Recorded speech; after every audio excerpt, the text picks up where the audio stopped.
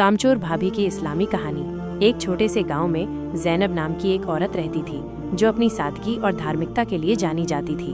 उसकी शादी गांव के एक नेक और मेहनती नौजवान अहमद से हुई थी। अहमद के छोटे भाई उमर की शादी अभी हाल ही में हुई थी और उसकी बीवी का नाम था फातिमा। फातिमा दिखने में तो बहुत खूबसूरत थी, लेकिन घर के कामों में उसका मन बिल्कुल नहीं लगता था। वो सुबह देर से उठती, नमाज भी अक्सर देर से पढ़ती और घर के कामों में ज़ैनब की कोई मदद नहीं करती थी। ज़ैनब बहुत सब्र वाली थी।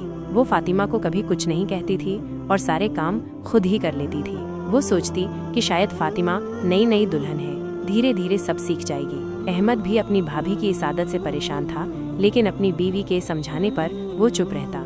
एक दिन गांव में एक बहुत बड़े आलिम दीन मौलाना इलियास साहब तशरीफ लाए। मौलाना साहब अपनी इल्म और हिकमत के लिए दूर दूर तक मशहूर थे।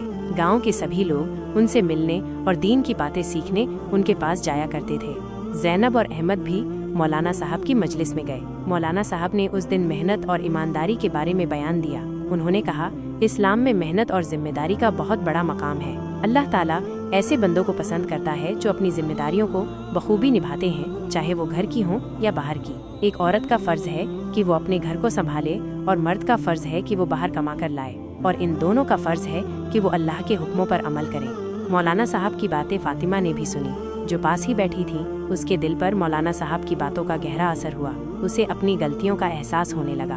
उसे याद आया कि कैसे वो सुबह की नमाज छोड़ देती थी, कैसे घर के कामों से जी चुराती थी और कैसे ज़ैनब भाभी पर सारा बोझ डाल देती थी। उस रात फातिमा ने अपनी भाभी ज़ैनब से माफ़ी मांगी। उसने कहा, भाभी मुझे माफ़ कर देना, मैंने आपकी कभी मदद नहीं की और अपनी जिम्मेदारियों से हमेशा भागती रही। आज मौलाना साहब की बातों ने मेरी आंखें खोल दी हैं। ज़ैनब ने फातिमा को गले लगा लिया और कहा, कोई बात नहीं फातिमा, जब जागो तभी सवेरा।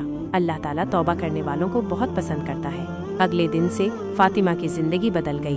वो सुबह जल्दी उठने लगी, पाबंदी से नमाज पढ़ने लगी और घर के सारे कामों में ज़ैनब का हाथ बटाने लगी। उसने महसूस किया कि घर के काम करने में भी एक सुकून है, और जब वो अपनी जिम्मेदारियां निभाती है तो उसे अंदर से खुशी मिलती है। गांव के लोग फातिमा में आए इस बदलाव को देखकर हैरान थे।